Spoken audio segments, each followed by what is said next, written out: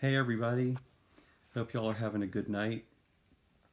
I have to tell you that this has been kind of an interesting day for me as I prepared to do this. Um, you know when you want to share something from the heart and there are the enemy doesn't want you to talk about it. It's been one of those days for me. So for those of you who are believers, you know what I'm talking about. So this has been a day for me today of prayer and fasting, and I need to ask forgiveness right now because I, I can't keep putting these glasses on and off, and there's a crazy glare that gets on them. So if anyone's commenting, I'm sorry, I can't even see. It's so bad. But as I said, today has been a day of prayer and fasting because this is something that's been on my heart for a while. And the closer that we got to 8 o'clock tonight, the heavier I felt. And I got to tell you, I'm really struggling. So but that's why I put the quote up that I did, because this has kind of been my theme this year. And if God can remove something you never dreamed of losing, trust that He can replace it with something you never dreamed of having. Earlier this year, back in April, we were at a Health and Happiness event for Plexus in Richmond, and I got to meet Tara Castaneda, and some of the Plexus folks that are on here know Tara. And I got to speak with her a little bit before the event started. And I shared with her my story and just some of the things that have been going on this year. And later in the night, Tara addressed the group that was there.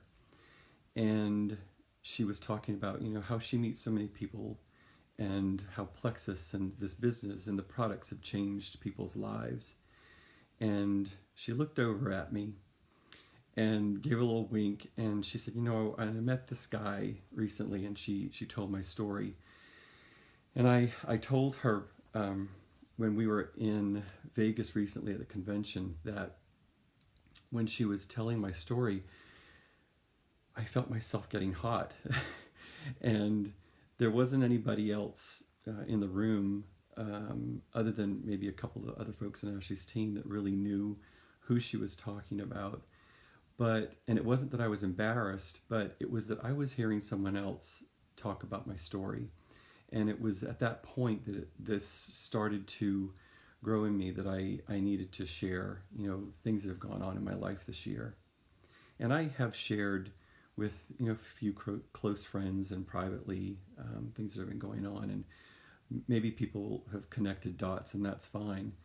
But I'm going to back up a little bit to, I started with Plexus in 2017, mainly to support Ashley in what she was doing and grow her business. And a month after I found out I had prostate cancer, and I've shared that openly here. So the products became very important to me to strengthen my body. And throughout last year, at that point I'd been with the company I was with for about 22 years, or a little more than 22 years. And I, throughout the year, was becoming more and more unhappy. And I felt like I wasn't supposed to be there anymore. And it just didn't feel right anymore. And I felt like I was working too hard and building profitability and pouring into something and investing into something, as I say, chasing security because of a paycheck. And I wasn't really realizing that for myself. Sure, have a nice life and not complaining about that, but when you think long term, I just wasn't seeing that it was turning into security for me long term. And in November, as I started to look at, how things were going and what my bonus might look like at the end of the year, I thought, you're just working too hard at this, and there's got to be something better. And I really believe that the Lord just started to really impress upon my heart, because Lord knows He knew I wasn't happy. And I started to think, okay, you've been doing Plexus all this time. You love the products. They're changing your health. And you're watching your daughter build this amazing business, and other people, my niece Sierra and so many other friends, doing so well with this business. And I think part of it was there was a fear factor. I was 55, and who wants to start over at 55? So, again, those voices that love to come in, the enemy just likes to come at us and telling you, no, you need to stay where you are. This is what's comfortable. This is safe. You need to just keep doing this. You just don't give that a second thought. Well, I just kept pushing those voices away. And I thought, I need to create a plan for myself to move on and build security for myself, something that's mine. And I texted Ashley early December, and I said, you know what? In January, I'm going all in on Plexus with you. And I got a text back almost immediately. And Ashley, if you're watching, I can't see. She doesn't always text me immediately. Well, she's got 4 kids, so she's busy. I'll give her that. But I texted her and said, I'm going all in with you in January in Plexus. And she texted me back. It was all caps. You mean the business? And a bunch of exclamation marks. And I said, yes. And, I just get all these praise hands emojis back. So she was ecstatic about that. And I think it's something that she had been hoping for. So, I had the last 2 weeks of December that I, took for vacation, and I used that time. And I think I watched every Plexus training video known to man in those 2 weeks, because I wanted to be prepared and hit the ground running on January 2nd. And I did. And, I texted or had conversations with Ashley, and I said, hey, you know what? Do you think I can go silver in January? Because, I didn't know. I wasn't sure. I knew silver was the first rank. And she's like, gosh, yeah, absolutely. I just remembered something, too, by the way. So for those of you that know me really well, know that I was a candy junkie before I started using Plexus. There were like little nests of candy everywhere in my office. And my favorite candy, other than Cadbury eggs, were these. So I thought if I have like a really bad emotional moment tonight, I might need some of these. So if I rip this bag open, I'm going downhill. But so I didn't know if I could do silver that fast. And she goes, gosh, yeah, absolutely. So I said, you know what, I'm just going to trust you. I'm going to let you tell me what to do. You've been through this. You've grown a great business, so I'm just going to do what you tell me to do. And that's what I started doing. And I knew I had to be a good steward of the job that I had. And I didn't want to take advantage of the company. And at this point, I'd been there over 23 years. So I was doing this, again, working a full-time job, 56-year-old man, reinventing himself, and it can be done. So I was doing all of my income-producing activity before 8 o'clock in the morning. I was getting up at 5:30, dealing with the dogs, go for my walk, be back in my chair, by 6 a.m. And I was, knocking it out, and I was doing my posting. So I got everything done before 7 o'clock and got ready for the day, and I was doing my job. So it can be done, folks. So when I hear people make excuses, I'm going to have a moment of reality here. It doesn't wash with me because, like I said, I'm a 56-year-old man.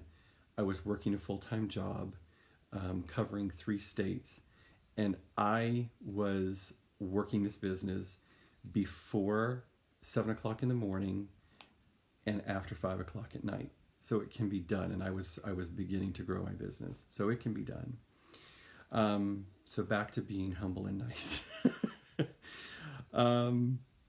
So that's how I started, and it was growing, and a lot of prayer, blood, sweat, and tears poured into it, I can assure you.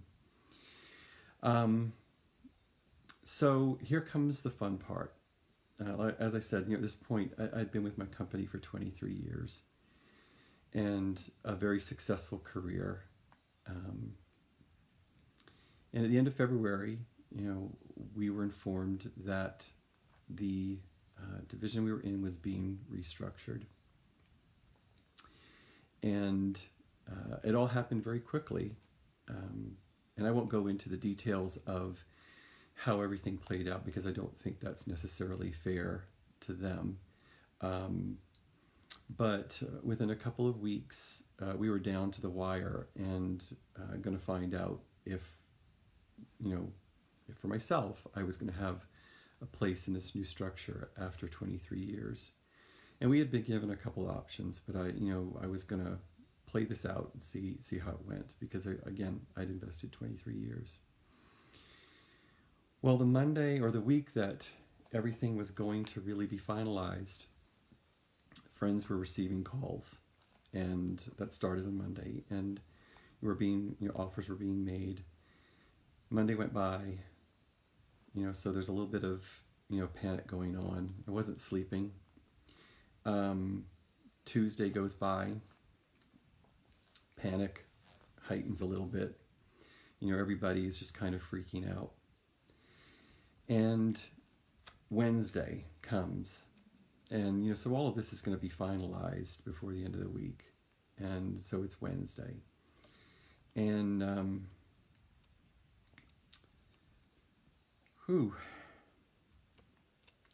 So by lunch, I kind of figured it out, where we were headed.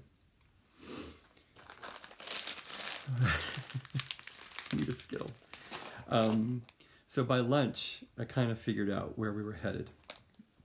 And after lunch, it was probably, it was well after 2 o'clock. No call. And again, I know at this point all of the major positions have been offered because I'm hearing from people. And I just went to Lisa and I said, honey, I need to go for a ride. I just need to, kind of yell and scream, pray, and figure this out. I got to clear my head. So I jumped in the car and I went for a ride. And I don't know if you've ever, done that and you need to just go somewhere and just kind of talk to the Lord. And I did. And I found this place, and I remember where I was. It was a parking lot.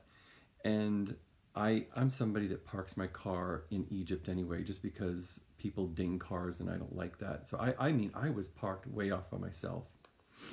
And I'm sitting there and I'm like, all of a sudden, there's nobody around me. There are hundreds of parking spaces. And this dude comes and parks like right in front of me. I'm like, are you kidding? I need to have prayer time here. Go away. So I move.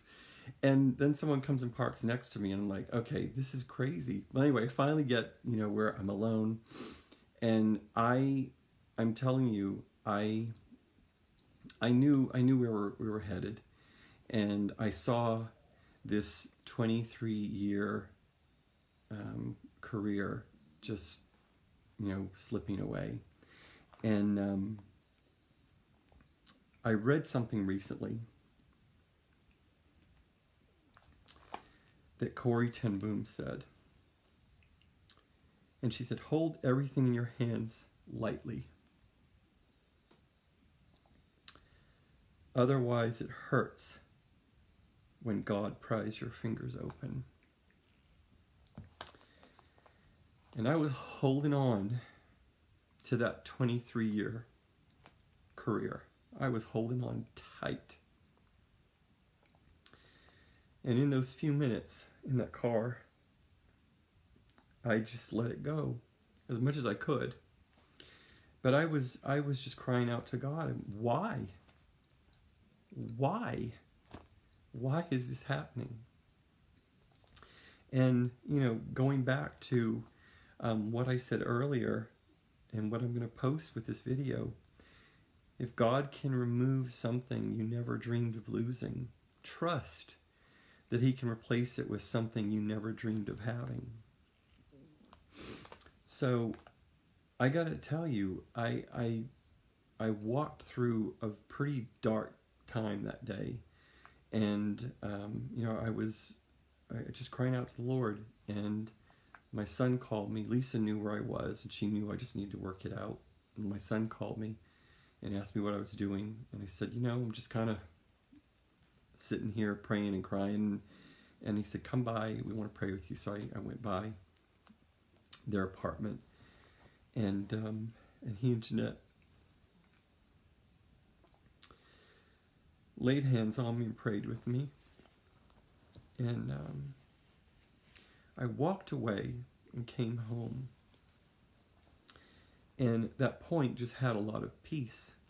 And I know right now it seems like, oh gosh, you're still weeping. And this is not from sadness. It's just, there's still a lot of hurt there. And there's scars. But not hurt. Not sadness. I mean, hurt, but there's no sadness. But I came home and I had more peace at that point than I'd had in a long time. And honestly, I slept that night. I told Lisa, I said, I just know what's going to happen tomorrow. I know, I'm probably going to get a call.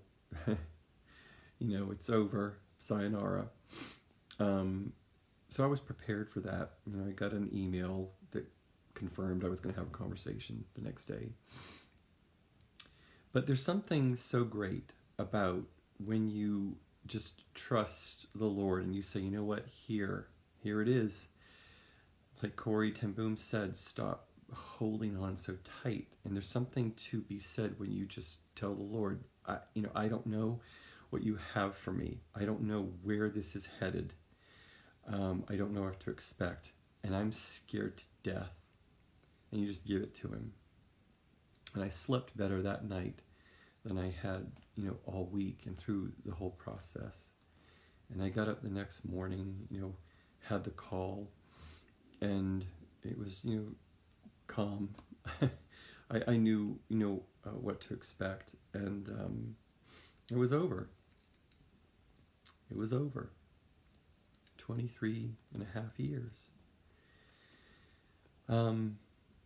So here I was, and I was fortunate than most people that go through something like that, because I did have a severance, and I was able to, at that point I decided, like Bob Heilig shared at convention, your Plexus business is an assignment from God to build your faith. And I knew in the days following that, I have a choice right now to either fall apart and let the world see me fail, or I'm going to rise up from this mess, and I'm going to show them all who I am by the grace of God, not my own strength. And that's what I'm doing every day. And let me tell you, there've been, most people at Plexus, and who heard this at convention a lot, everyone that has risen to the top has been on a roller coaster. And I got to tell you, there are still those moments, and a lot of them happen at about 5:15 in the morning before I get up at 5:30. And I know it's the enemy. And, I battle that head trash every day. You're not good enough. You're not going to make it work. You're too old. You're going to fail. Just give up. Go get some two-bit job. You're not going to make it anymore. You can't take what this rubble that's left and rebuild. You can't do it. And that trash just comes at me every day. And every morning I get on my walk and I just talk to the Lord out loud. And I don't care if people see me and think I'm crazy. And I just give this to him. This is yours. Use this, Lord. Use this, God, for your glory. This is not just mine. This is yours, but use me and use it. Expand my borders. Pour out your blessing upon this. Don't let me listen to those voices. Those are lies from the pit of hell. And use this. And there are days where, there are folks that, kind of drop off the radar. Building this business is not easy. It's not hard, but there are days it isn't easy. Or I should say, it's a simple thing to do, but there are days where it's not easy. I should say that.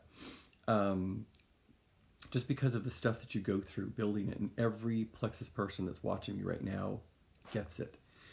Can I get some amens?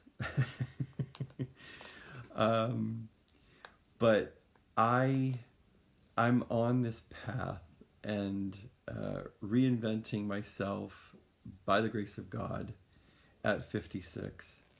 And I'll tell you, going back to the night I shared my story with Tara, there was a lot of embarrassment about, telling people after 23 and a half years and climbing the corporate ladder and building a career that you don't have a job anymore, because it makes you feel like you're no longer good enough. You're disposable. And to some people I was. And that's okay. You know what? They lost, not me. But that was a big thing that was weighing on me to talk about this. It was embarrassing. And I had to just come to grips with the fact, you know what, there's nothing to be embarrassed about here. You are a child of the King. You're a child of the Almighty. You are worthy of this. You are good enough. You can do this. You are loved by the Almighty God, and you are held by the everlasting arms. I can do this, and anyone wanting to do this can do it. So I have to keep speaking those things to myself and allowing God's voice to get through all of the head trash. And it's an uphill battle every day. But I wanted to share this once and for all because I wanted to just maybe encourage one person out there that is dealing with, seeing their life just, it's now a pile of rubble in front of them and they're having to rebuild because of something like this or something similar. You can do it.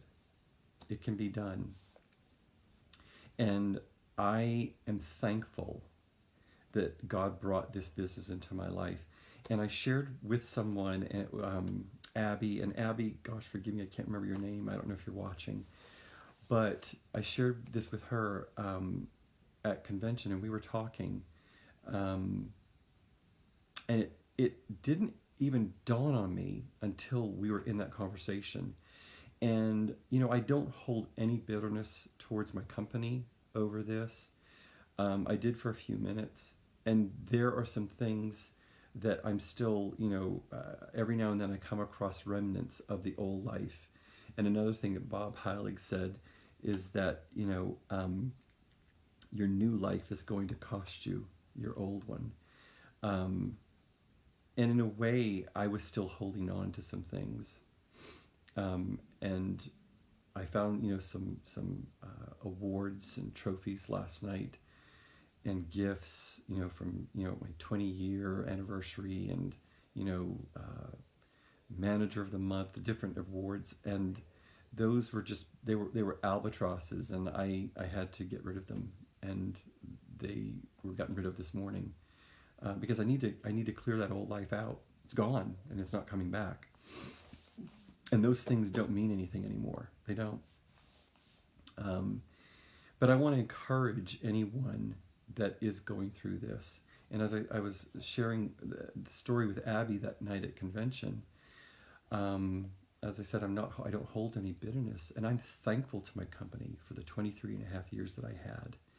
Because when I came to them, 23 and a half years ago, I had a certain set of skills that I brought to the table, but I had the opportunity over 23 and a half years to develop and hone those skills and become a better leader, a better coach, a better manager.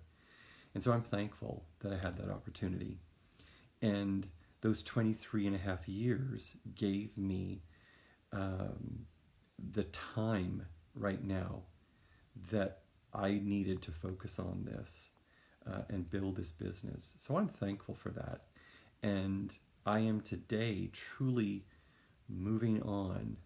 This story was important for me to tell, and to finally let go of some things.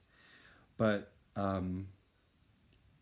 it's hard when you have to kind of turn that corner. And I'm never going to pretend it's easy. But I want to thank you guys for listening. I want to thank all the folks, the great folks that I met in Las Vegas, that encouraged me to do this, and that were, such a support system. So I want to thank all of you, and I want to thank my wife especially for putting up with my craziness. And Lisa, I know you're in the next room listening. I love you.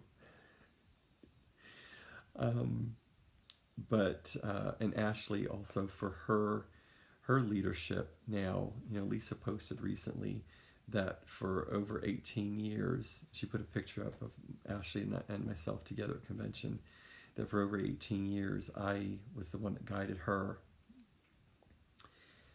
And now she gets to do it for me, because she's done this. So I want to thank her for her leadership. Oh, I'm going to go eat some Skittles now. But thank you, everybody, for listening. I know this was probably long. I don't even know how long I've been talking. But thanks for listening. And I appreciate all of my friends out there, my Plexus friends and Facebook friends and friends that live here in town and family. So thanks again, everyone. And thank you for giving me this time. Have a good night, everyone.